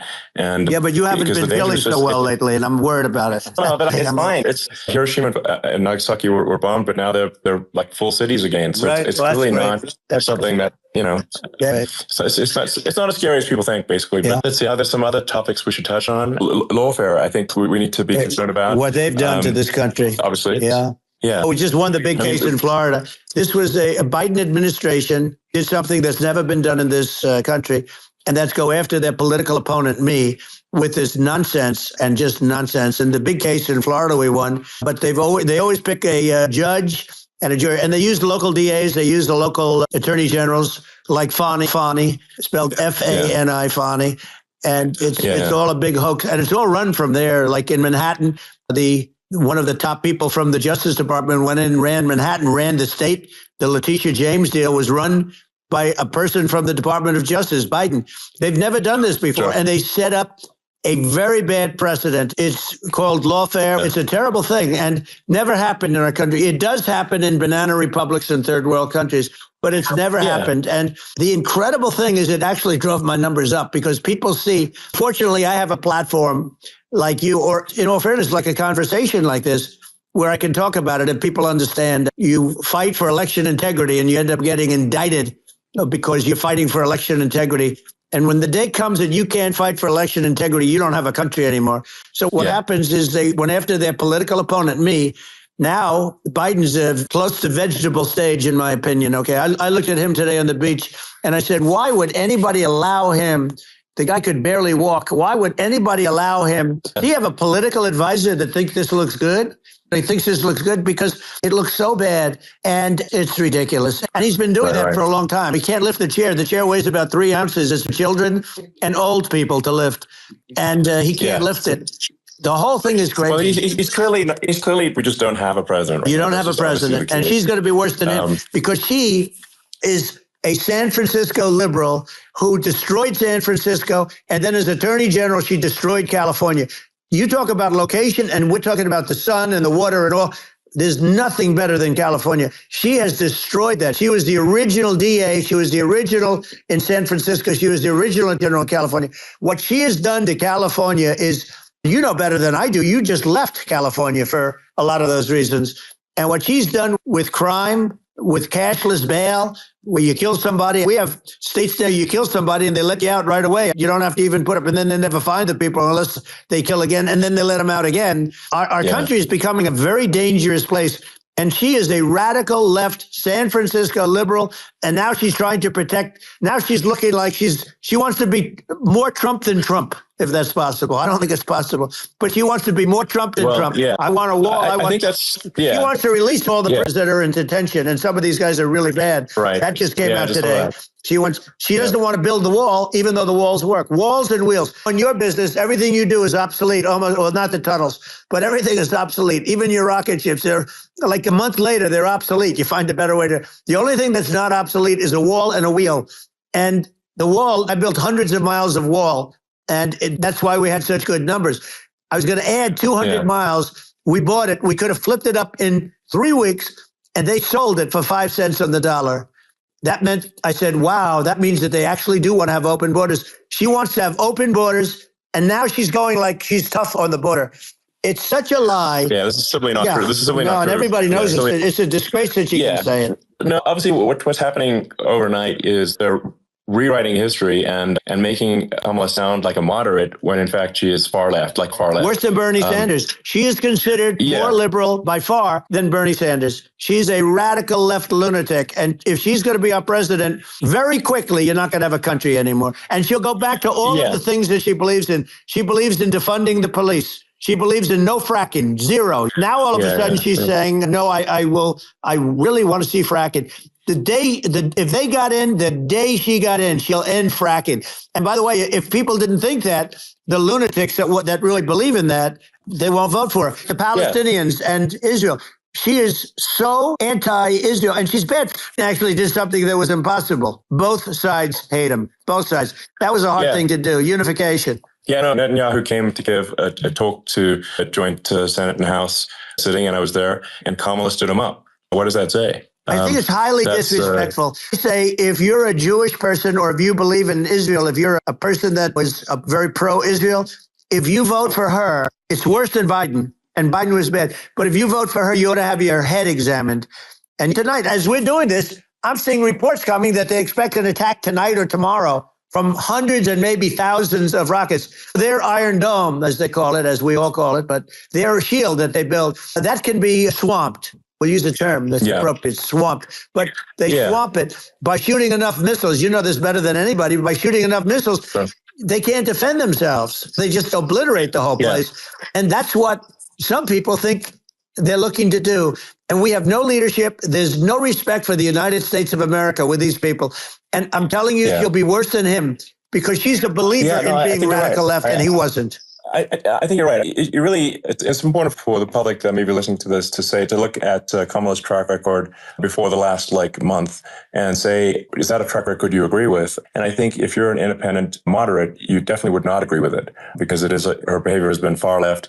And we're seeing just an overnight propaganda attempt to rewrite history and make it sound like Kamala's moderate when she in fact is not moderate. Her running mate approved, signed into legislation, tampons in boys' bathrooms, okay? Now, that's all I have to hear. Tampons in boys' bathrooms. And that means she believes in that, too. This guy, because he was the closest to her. A lot of people thought she'd pick sort of the opposite, but she picked an anti-Israel, radical left person. But she is far worse, they say, than Bernie Sanders. If we have her as a president, if we have a Democrat at this moment as a president, I don't think our country can survive. I think it's a massive. I think we're in massive trouble, frankly, with the Kamala administration, and that's my honest opinion. And I think really it's essential that you win for the good of the country for this election, and that's understating my opinion. Now, you may have seen this, but I got a letter from the EU Commission saying to not have disinformation on during this discussion that we're having, and there's a lot of attempts to do censorship and to force censorship even on Americans from other countries. And what do you think about that? I know the European Union very well. They take great advantage of the United States in trade. We, through a different form, NATO, we protect them. And yet, if you build a car in the United States, you can't sell it in Europe. You just can't sell it. It's impossible. The same thing with our farmers find it very difficult to do business. We have a deficit with them of $250 billion, which people don't know. It sounds so nice, the European Union, but let me tell you, they're not as tough as China, but they're bad. And I let them know it. And that's probably why they notified you. No, they don't treat our country. We defend them with Ukraine. So we're in for $250 billion, and they're in for about $71 billion, and they have the same size. if you add up the European nations that in terms of an economy, it's about the same size when you say as us. And they're and they're in much greater risk. They're right there. We have an ocean separating us from, in this case, the enemy would be Russia. It used to be for the Soviet Union, but let's assume they're close enough. What happens is they're in for 70-something million, I think even less than that, billion, and we're in for about 250 billion, and it could be a lot higher than that. And I say, why aren't you going to equalize? Why aren't they paying what we're paying? And they're in much more, it's much more important for them because of the fact that they're right near there. They're all in that location. We're not. But they should, and I did it with NATO. There were only 7 countries that were paid up in NATO out of 28 at the time. And it was the United States subsidizing NATO, tremendously subsidizing NATO. And I said, I went in and I said, you got to pay up. If you don't pay up, I'm going to defend you any longer. I took a lot of heat. What happened? Billions and billions of dollars came flowing in. And I think a lot of the public isn't aware of the fact that the United States pays a disproportionate share of the NATO expenses. And then we get taken advantage of on trade.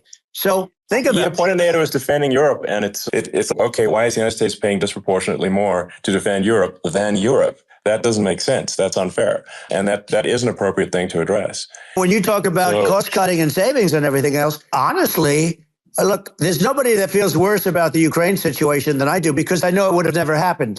I know Zelensky. He was very honorable to me, because when they went with the Russia hoax and they said I had a phone call with him, he said it was a perfect phone call. It was a great phone call. He could have grandstanded and said, oh, he was very threatening. He said, no, it was a very nice phone call. I called him up to congratulate him on his win. And you end up getting impeached because these people are lunatics. I was talking about the difference from the people within and the enemies on the outside. In many cases, the people from within are more dangerous for our country than the Russians and the Chinas. If you have a smart president, you're not going to have a problem with them. You're going to do things. Yeah. Now, they've taken advantage of us incredibly, but you're going to do things with the right person. Yeah, I think it's obvious that you're a believer and an advocate of free speech, because during your first time as president, you were attacked relentlessly every day, often very unfairly with false attacks. And you didn't try to shut down the media. You didn't try to inhibit their freedom of speech. And I think that says a lot. The good thing is that you and I have, and some people, very few, we can get the word out. Although sometimes it's hard because they don't want to print it. Like we're having a great conversation right now. Kamala wouldn't have this conversation. She can't because she's not smart. She's not a smart person, by the way. She can't have this conversation. Biden, we don't even have to talk about it. He couldn't have this conversation. He would have given up in the first half of a question. He would have walked out. He would have said, where am I? Where am I going? So anyway, but no, he wouldn't have this. That's true. Not a lot of people would have this conversation. We cover a lot of territory, but the beauty is that we can have a conversation, and I'm able to get it out without, because I get treated unfairly. This is a really big point. You can act conversation with you, and you can't have a conversation with Biden or Kamala. It's like it's not possible. So it's like talking to an NPC. No. So it's just impossible. Well, but think of it. We need a man or a person who's unbelievably sharp in order to stop all the nuclear danger and all the dangers that I'm talking about. And I got along with all this. I got along with Kim Jong-un. We had dinner. We had everything. And he really liked me, and I got along with him. By the way, he's the absolute boss over there. A lot of people said, oh, do you think he really... Let me tell you, I saw things that you don't want to know about. He is the boss. But we had a good relationship. And he doesn't he considers him a stupid man, he said. He's a stupid man. At least he speaks his mind. In this country, you're not allowed to say it, but I guess you are. You should be allowed to say it if it's true. But we need smart people, and we need people that have an ability to lead. And she doesn't have that ability. Can you imagine the chairman? She, very well. Can you imagine her and him negotiating or standing together? It is, the whole concept is ridiculous. She is terrible. She's terrible. But she's getting a free ride. I saw a picture of her on Time Magazine today. She looks like the most beautiful actress ever to live. It was a drawing. And actually, she looked very much like a great first lady, Melania. She didn't look like Camilla. That's right. But of course, she's a beautiful woman. So we'll leave it at that. Yeah, maybe I think it's part of what people in America want to feel excited and inspired about the future. They want to feel like the future is going to be better than the past, and that America is going to do things that are greater than we've done in the past. Reach heights that make you proud to be an American and excited about the future. They want the American dream back. They want the American dream back. More important than anything else. It's like, you don't have that today because the people, they've been just sucked. They see incompetent people running the Biden thing is very interesting. People just found him to be incompetent. And when I debated him, I was like, is this for real? It was, yeah, it was just absurd. But I think there are like some grand projects that we could do. I think we could build a base on the moon. We could send American astronauts to Mars. We could build high-speed connections that are more advanced than anything else in the world between our cities, so people have fast transport. It's possible to solve traffic with tunnels.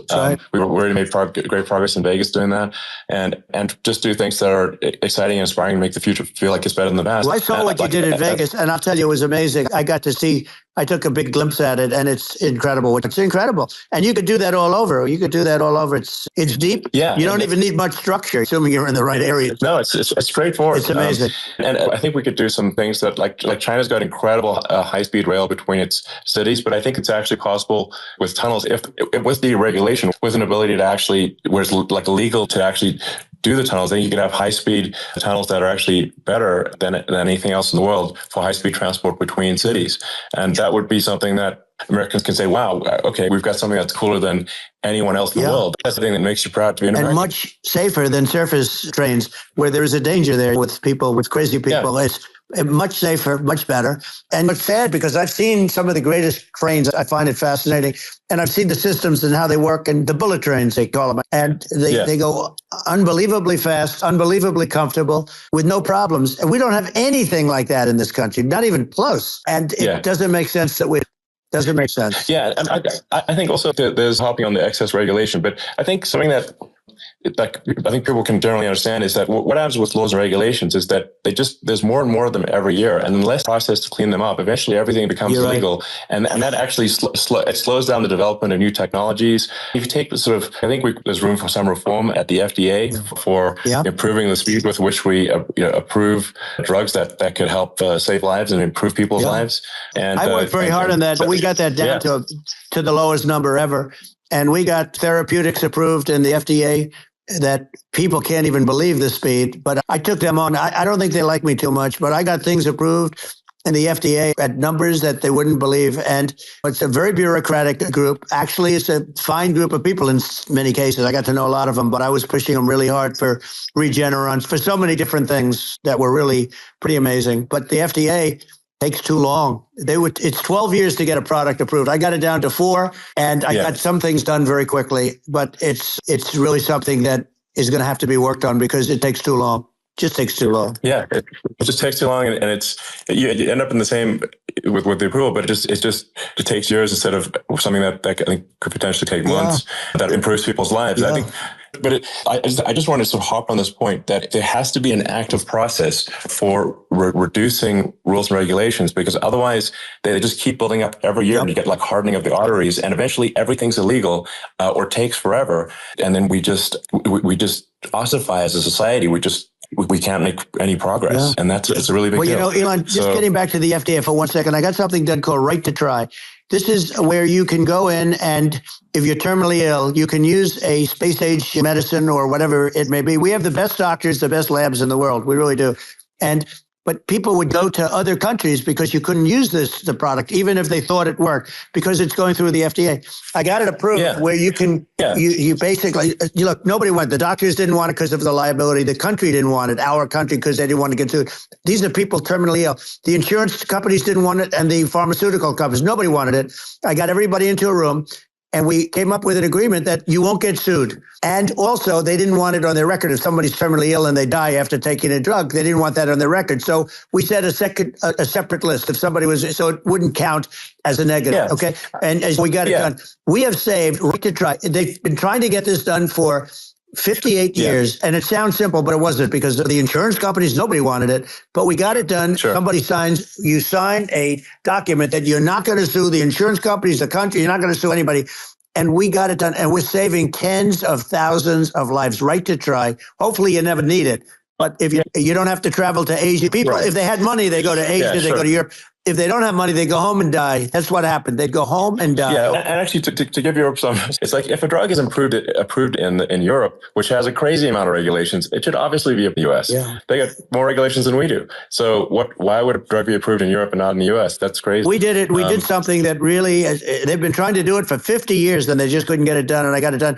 And it's really something. But you're right. Some people go to Europe. A drug isn't approved here, but it's approved in Europe. And it's a drug that, generally speaking, would work. It's pretty crazy. Absolutely. And I think so, as long as people are properly informed of the pros and cons, and like these are the risks, these are the risks, and like you make your own decision, that makes sense. I think just in closing up, and by the way, I'm looking at the numbers. You get a lot of people listening. I hope you don't get nervous, because you got a lot of people listening to you right now, like 60 million or something. What is that number? It's crazy. It's amazing how you can see that right away. How many? What is the number? Wow. What is it? I think in terms of people, that's bigger than you said. You said 25, and you're much more than double that number, 25 million. I think you're going to be 60 or 70. And I guess over a period of time, I congratulate you. Do I get paid for this or not? I think actually in terms of the number of people that will hear this conversation over the next few days to weeks, it's going to be hundreds. That's what they say. Yeah, that's good. Look, it's an honor. But I just asked this, are you better off now, or were you better off when I was president? Nobody's better off now. We put out polls on that, and nobody's better off now. Inflation has killed it, and they also feel very unsafe. You look at what's going on with a lot of different things. You look at the riots we had at the colleges it's ridiculous, but all of the riots, they just feel unsafe. And now they really feel unsafe because you have a new form of crime. It's called migrant crime. I call it Biden migrant crime. Maybe I'll call it Kamala migrant crime. But with all these things, I always try to get to the ground truth by just asking people. And my mom lives in New York, and I was like, have any of your friends been attacked or assaulted? And she said, yeah, 3 of her friends in 3 separate incidents were assaulted just in recent months, just walking around the streets in New York. And I said, what happened to the people that assaulted them? Oh, nothing. They got away, and they always get away. Nothing, and they don't even bother reporting it, because they know that people are not going to get prosecuted. They just let violent criminals out in New York. The only one that gets prosecuted is Donald Trump. They prosecute Trump. Yeah, it's just obviously messed up. That's terrible. If violent criminals are getting off scot-free, and meanwhile, the New York spending massive resources prosecuting you. And so and I think the sensible public looks at this and says, what the heck's going on here? This is obviously abuse of the legal system. The legal system is supposed to be protecting the public from violent criminals, and it should be obviously allowing the public to make their own decision about who should be president, as opposed to some legal case. Once they start this precedent, because this can go on with the next one, this is a very bad precedent, what they're doing in terms of going after their political opponent. And that's all it is. It's going after their political opponent. And then you get a judge who's a strong Democrat, and I'm being nice when I say that, in many cases crooked as hell. But you get a judge, and you go into an area where a Republican gets 3 or 4% of the vote, and you have a jury pool with people that hate Republicans or hate supposed to be the other way, though, because it could start the other way in areas where they hate Democrats. And you get into a Pandora's box. It's a very dangerous thing for this country, and a very dangerous thing even for the state. New York City is losing. New York City and state lose a lot of business over what they did to me, because these people say, we don't want that to happen to us. That's no justice system. You have an unfair system of justice, and it's costing New York State a tremendous amount of money. People are leaving and companies are leaving, and they won't come back. All of that stuff is important, but the economy now is the big thing, and we can turn that economy up so fast, and people are going to be you We're going to get rid of inflation. I think there's a lot of opportunity. Right, absolutely. And I just want I want to congratulate you. You've done an amazing job. You have definitely got a fertile mind. We can talk. You and I can talk about rockets, tunnels. We can talk about tunnels and rockets and electric cars. So many things. And now you're into the AI, and that's going to be another beauty, I'll say. So it's an amazing thing you've done, Elon. It's an amazing thing, and I congratulate you. Thank you. And I just say here's to an exciting, inspiring future that people can look forward to and be optimistic and excited about what happens next. And that's the kind of future that I think you'll bring as president, and that's why I endorse you. I appreciate that. That endorsement meant a lot to me. Not all endorsements mean that much, to be honest. Your endorsement meant a lot. And we have a phrase, make America great again. It's pretty simple, but it really says that we want to make America great again. And we can do it. We can do it now. But if we were going to suffer another 4 years like we've suffered for the last 4 years, I'm not sure the country can ever come back. That's how it is. It's so bad. We have to do a lot of things. I think that's a very real risk. It's a big risk. It's a very real risk. Yep. And I'd just like to note to people listening, like, I've not been very political before. And if you look at my record, I'm not like, sometimes they try to paint me as a far right guy, which is absurd, because I'm like making electric vehicles and solar and batteries, helping with the environment. And I supported Obama. I stood in line for 6 hours to shake Obama's hand when he was running for president. And so it's not like I'm like some sort of dyed in the world long-term Republican. I call myself historically a moderate Democrat, but now I feel like we're really at a critical juncture for the country. And I think a lot of people thought the Biden administration would be a moderate administration, but it's not. And obviously, we were just going to send an even further left administration with Kamala. That's my honest opinion. Her dad is literally, she was brought up as her dad is a Marxist economist. You can Google it. We're not making this up. That's how she was brought up. And we want to have a future that is prosperous. And I think we're just at this critical juncture. And I think this is a case of America is going to at a fork in the road, and it's true. And I think it will take the path to, like, you are the path to prosperity, and I think Kamala is the opposite. Then that's my honest opinion. I'm gonna get attacked like crazy, and I've also experienced quite a bit of lawfare myself. But I'm just trying to tell people my honest opinion. And I've been really active in politics before, and I'm just trying to point out that my track record historically has been moderate, if not slightly left. And so this is to people out there who are in the moderate camp to say, I think you should support Donald Trump for president. And I think it's actually a very important junction in the road, and we're in deep trouble if it goes the other way. I want to thank you. And I actually always did think of you as somewhat left. I must say that. So even more of an honor to have your endorsement. I know how strong you feel about it. But when you think of her, San Francisco, 15 years ago, I had a great friend, Bob Tish. He said it's the greatest city in America. And now it's almost not livable there. And California likewise. And she was involved in the destruction of San Francisco and the destruction of California.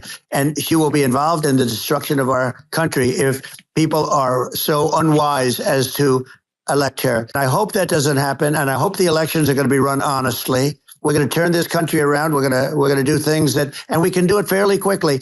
And we have to get rid of the criminals that have been, given to us by other countries. As they laugh at us, they think we're stupid to accept these people. These are radical, stone cold killers in many cases, and terrorists. And they're in our country by the hundreds of thousands. And we have to take them out. Yeah, I mean, if I could summarize it, perhaps, I think these are issues that I think most people in America would agree with, which is that we want safe and clean cities. We want secure borders. We want sensible government spending. We want to restore both the perception and reality of respect in the judicial system, to stop the lawfare. And I think that's like, how are those even right-wing positions? I think that's just common sense. And would you agree with that? 100%. I don't understand they call it progressive. They don't like the word liberal anymore, but call it liberal or progressive. I don't understand how somebody could say that it's okay for them to empty prisons into our country. And again, I told you their crime rates all over the world are going way down, which makes sense. In fact, the next time what we'll do is, if something happens with this election, which would be a horror show, we'll meet the next time in Venezuela, because it'll be a far safer place to meet than our country. Okay, so you and I will go and we'll have a meeting and dinner in Venezuela, because that's what's happening. Their crime rate's coming down and our crime rate's going through the roof. And it's so simple. And you haven't seen anything yet, because these people have come into our country and they're just getting acclimated. And they don't know about being politically correct law enforcement or lack of law enforcement. And our police, I have to just end with this. We have great police. We have great law enforcement, but they're not allowed to do their job. They have to be able to do their job without being destroyed. Yeah, absolutely. And it's obviously demoralizing if you're a police officer risking your life to arrest criminals who could kill you and do kill you sometimes. And then you arrest the violent criminal, and then the DA doesn't prosecute and they just let the guy out. And why should a police officer risk their life to arrest a violent felon if nothing's going to happen? Even worse, they prosecute the police officer.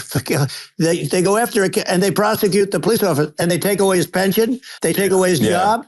He loses his family. He loses his house. I thought it was very telling, like incredibly telling, that when there was that case where a gang of thugs beat up police officers. I think it was in Times Square in New York. And then nothing happened to those guys. They were let out, zero bail, and I think a bunch of them were given free tickets to California. Why does that is a gross indignity against the United States, and this is insane. Have we lost all pride? How can such a thing be allowed to occur? I've never seen anything. We see where they get shot. It's a very dangerous profession, but it's something they're very proud of, and they want to be able to do their job. But I've seen them get shot. I've seen a lot of things, but I've never seen these guys are standing in the middle of a big street, everybody watching them, and they're literally boxing, like punching, stand-up fighting a police officer. There were two of them, and you had about 6 of these guys, and they're punching the hell out of them.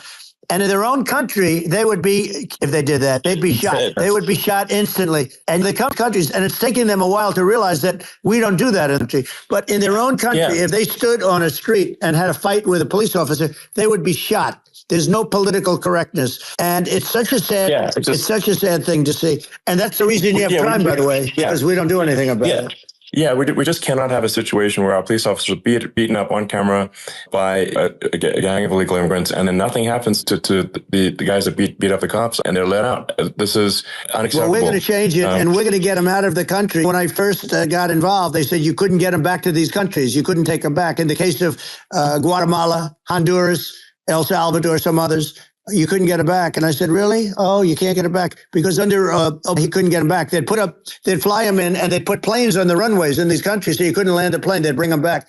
And the generals told me, sir, we can't bring them back. The countries won't accept MS-13 gang members. They won't accept them. And I said, really, how much do we pay these various countries in terms of economic aid, which is also somewhat ridiculous? And the answer was $750 million. I said, good. Tell them they're in default.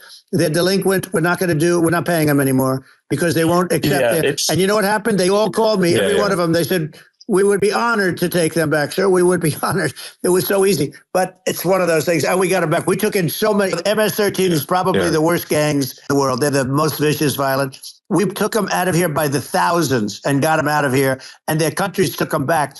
And because I said, you're not getting any more economic aid. And once I said that, they were nice. They wouldn't take them back for Obama. They wouldn't take them back for anybody. And now we have a problem because we have this guy, and they don't take him back anymore with Biden because they don't respect him. So it's got to be done. We just can't have, whether they're citizens or not citizens, we can't have, because they won't prosecute citizens either. It's not just illegals. You can't have repeat violent offenders that don't get incarcerated. That's right. Because they will obviously, by definition, continue to people. And I think where part of this comes from is that I do consider myself liberal in some ways. It's just that you want to have empathy for people. Obviously, you want to have empathy for people. I totally agree with that. You want to have empathy, but you also have to have empathy for the victims of the criminals. And if you just have empathy for the criminals, it's actually shallow empathy. It's not real. You're not thinking. You're one layer deep empathy. You got to say, if you don't incarcerate this person, it's going to hurt. Whether they might kill someone, they might rape someone. If you don't incarcerate them, you have to have empathy for the victims. And there's a lack of empathy for the victims of the criminals and too much empathy for the criminals. It doesn't make sense. That's why you want to have deep empathy for society as a whole, not shallow empathy for criminals. Right. And we have to give our police officers the dignity and the respect that they deserve. And we have to let them do their job. They can do a great job, but we have to let them do their job. And if we don't do that, it's going to all disappear. There's never been a society like this where you're allowed to do anything you want and nothing happens. And I'm talking about violent crime. And it's going to get violent because these are really violent people. And we're going to get them out of our country, and we're going to get them back to because they were sent here by the presidents and by the various people that run those countries. And I know every one of those guys. And they're smart people, and they're streetwise people. And they really think that the USA is stupid. They think we're run by stupid people, and they happen to be right. But when I was there, we had no problem. We got them out. We took out thousands of MS-13 gang members. We brought them back. And now, again, it's the same old story. We don't do it. And they actually gave them a big increase. They raised it up to billions of dollars and nothing for it. I hope everybody's going to vote for Trump, and we're going to get this country straight. Yeah. And I didn't need this. I didn't need this. I had a very nice life. I didn't need to go through court systems and go through all the other stuff and run at the same time. I have to run. I have to go through fake trials with, in some cases, corrupt judges, totally corrupt judges. I didn't need it. I had a nice life. I have great locations. I have beautiful oceans that I have places. But I felt it was important. And if I had to do it over again, you probably think I'm crazy for doing it, actually. But if I had to do it over again, I would have done it over again, because this is so much more important than me or my life. We're going to save this country. This country is going down. And these people are bad people that we're running against, and they're liars. They make statements. They They do things that are so bad. They say they're going to make a strong border. They say they've been great on the border, and they've been the worst in history. They say they're going to stop crime. They speak for themselves. It's so incredible. It's got to the point where people just don't even bother reporting crime in a lot of cities because they know nothing that's going to happen. That's what I hear anecdotally from people all the time. It's just my values. I'm just saying to people out there, like the things I think are important for the future is that we've got to have safe cities, we've got to have secure borders, we've got to have sensible spending. And we've got to have, so we can have a prosperous future. And then we want to have some exciting sort of moonshot project that people can get fired up about. That's the future I'm looking for. And I'm pro environment, but I'm not against. I'm not like I don't think we should vilify the oil and gas industry because they're keeping civilization going right now. But I do think we want to move at a reasonable speed towards a sustainable energy economy. Those are my values, and I think and that's why I'm supporting you for president. I appreciate it. We're going to give incentive to companies to come into our country, not to leave our country. We're going to be giving tremendous incentives. We want companies to build here, not to build in other locations. And we want to create jobs. And again, it's about the American dream. You don't hear about the American dream anymore, Elon. You don't hear, you're the American dream in the truest sense, but you don't hear about the American dream anymore. And you're going to hear about it. People, they need that incentive to go out and do it. They're going to love their lives. They're going to look forward to getting up in the morning and going to a job that they love, not that they can't stand, or not any job at all where they have no money, where they literally have no money. And then they end up with violence and lots of other problems. No, we're going to do some great things. And I learned a lot in the first. We had a great economy and all of that. We rebuilt the military, we did so much. But I also learned the best people. I learned the good people, the smart people, the dumb people, the people that can do things, the people you learn. When I first came in, I tell people I was in Washington, D.C. only 17 times, according to the fake news media. I was in 17 times. I never stayed over. And you don't know people. You rely on other people to give you names, and then you realize the people you relied on weren't so good. Now, we had great people, but we also had some where I wouldn't have, used them had I known. Now I know everybody. And I think we're going to really turn things around fast. We have no choice. Otherwise, we're not going to have a country. And I really appreciate this. To me, it's been a lot of fun being with you. You're an amazing guy. You've done an incredible job and a great inspiration to people, a great inspiration. And I hope you keep going and just continue to do well. And we're going to have a big election coming up. And I think November 5th will be the most important day in the history of our country. I think that election will be the most important election. And I think it'll end up being maybe the most important day in the history of our country, because if we don't win, I just feel so sorry for everybody. No, I think we're at a fork in the road of destiny, of civilization. And I think we need to take the right path. And I think you're the right path. So I think that's what it comes down to. Thank you very much, Elon. It's a great honor. And we'll do it again sometime. And it's been really fun. And I hope you got a lot of viewers. I hear you got a lot. But I hope you got I know you got a lot of them. I appreciate it. I'll see you soon. All right. Sounds good. Thank you. Thank you, Elon. Thank you very much. Bye.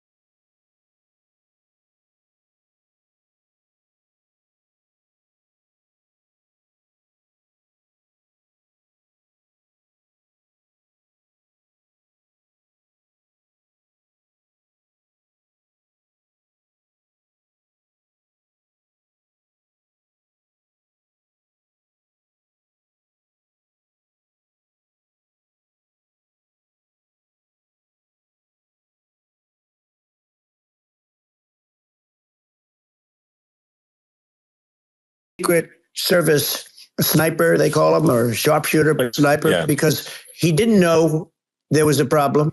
He's an extraordinary shot, obviously, and he didn't know there was a problem. And he was able to pick it all out within 5 seconds. And he used one bullet from very far away, probably 400 yards.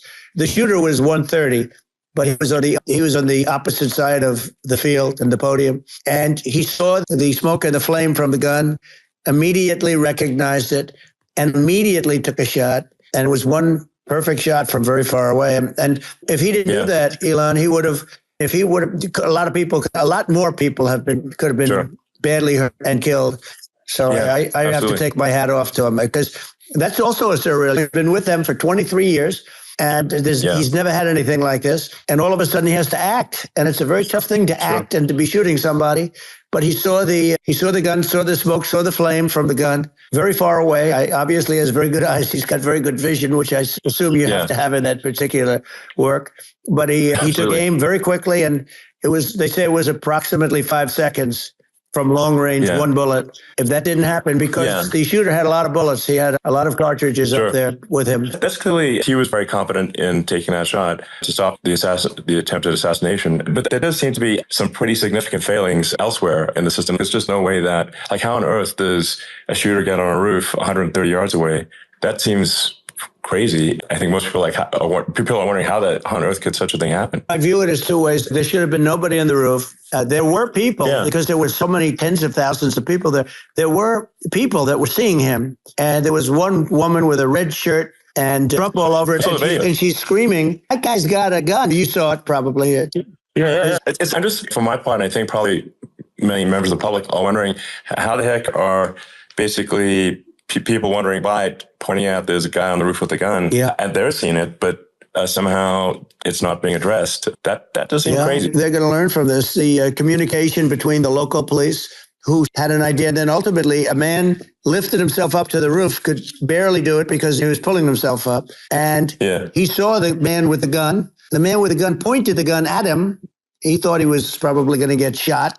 He was like pulling himself up. And because of that, he couldn't get to his gun. And he fell down, actually very badly hurt his leg, his ankle here very badly. But he fell down. And he did, from what I understand, he did say, "There's a guy up there with a gun." The shooting started very quickly after that. I think it forced the shooter to go maybe quicker. He was supposed to be my sons, Don and Eric, they can't believe what happened. They said from 130 yards, a bad shot would hit that target almost every time. They said it's like in golf, sinking a 2-foot putt. Yeah, it's not a tough shot. It's not a long shot. The Secret Service person had the long shot. He had a triple the distance, actually. It was a terrible thing.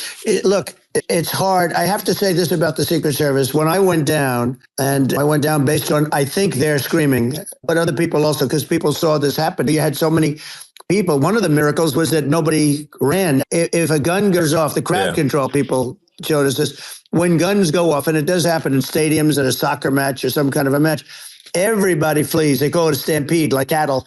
But everybody, and a lot of people get killed with those stampedes. We had more people than you'd have at some of these matches or these games, and nobody left. We had a small group behind us in the grandstand, and that was full. And you look at it as it was taking place, and normally they'd be running. They didn't leave. They saw that I was hurt. They saw a lot of blood, and they saw that I went down. And it's almost like they wanted to be with me. Out front, you had thousands, tens of thousands of people. As far as the eye could see, you had people in Butler, as far as the eye could see. And a lot of press, too. There were many cameras on watching this. It's what makes it so different, because normally things happen that aren't good, but you never have a picture. Here we have these cameras shooting it. Amazing. But one of the interesting things was that you didn't have anybody flee. You didn't have anybody stampede. Nobody. And there were some people behind me. They stood up and they're looking like, I tell you, you want to have them in a foxhole with you. I want to meet some of those people because it's so different from what you heard. But so I was down. But the Secret Service guys, there were bullets flying right over my head. You could hear them go whizzing. And these guys came jumping on top of me, and a young lady, Kate, would jump. They moved so fast. And let me tell you, that took tremendous courage. Now, there was a lack of coordination. There was obviously everybody understands that that building should have been covered. Looking at the aerial views, that building would be like the number one spot for a sniper. It's like if you were to pick, what is the favorite? If the goal is to assassinate, what's your favorite spot? That building. That building would be number one. That would have been the spot. It's like you can ask for a better location. It's that would have been the spot. What people think is when the local policeman, who by the way, he did what he was supposed to do. He couldn't hold on any longer, and then when he got his head just peeking above, this guy standing there with a gun at his head. And when he fell down, again, hurt his ankle very badly, but he was making the calls. But what happened is the firing is very soon. So what they think is that this guy ran to his site, which he had all planned out with a gun. He ran to the site and he started shooting fast. And maybe that's why he missed. He got me, but it could have been a much bigger problem. But he totally would have hit if you hadn't turned your head. It was a very near thing. It was a miracle. If I hadn't turned my head, I would not be talking to you right now. As much as I like you, exactly, I would not. I would not be talking to you. You'd be talking to me from another realm, perhaps. Yeah, that's right. We'd be talking from a different place. But it was a very terrible experience. The Butler Hospital, they did such a great job. The doctors were so good. Everybody was so good. There was a mistake. If somebody knew, because people were hearing, there was just a bad feeling that somebody was around that story now. If somebody could have said, because they've oftentimes said like there'd be a lightning storm or something, because I've done, I think over 300. I think I did a lot more than that, but we did a lot. And oftentimes they'll say, sir, could you wait 10 minutes, please? Sir, could you wait 20 minutes? There's a storm overhead or lightning or something. And that happens often. And this would have been a perfect time for that to have happened, but it didn't get coordinated. That was the problem. It was I think your actions in the fire, what I find admirable there was that you can't fake bravery under such circumstances. The courage is instinctual or it is not. It's not a rehearsed action. And so I just want to say that I think a lot of people admire your courage under fire there.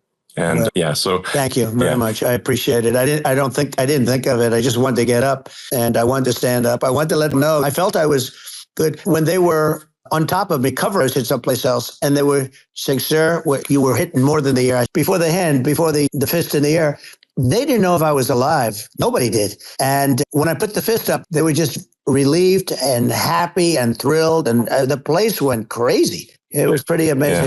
Yeah. It was a terrible thing, but it was incredibly moving. And speaking of the sort of slide that got you to turn, that saved your life, really, was the illegal immigration slide. Maybe understand what's taken them so long to get here, because we're such a target-rich environment.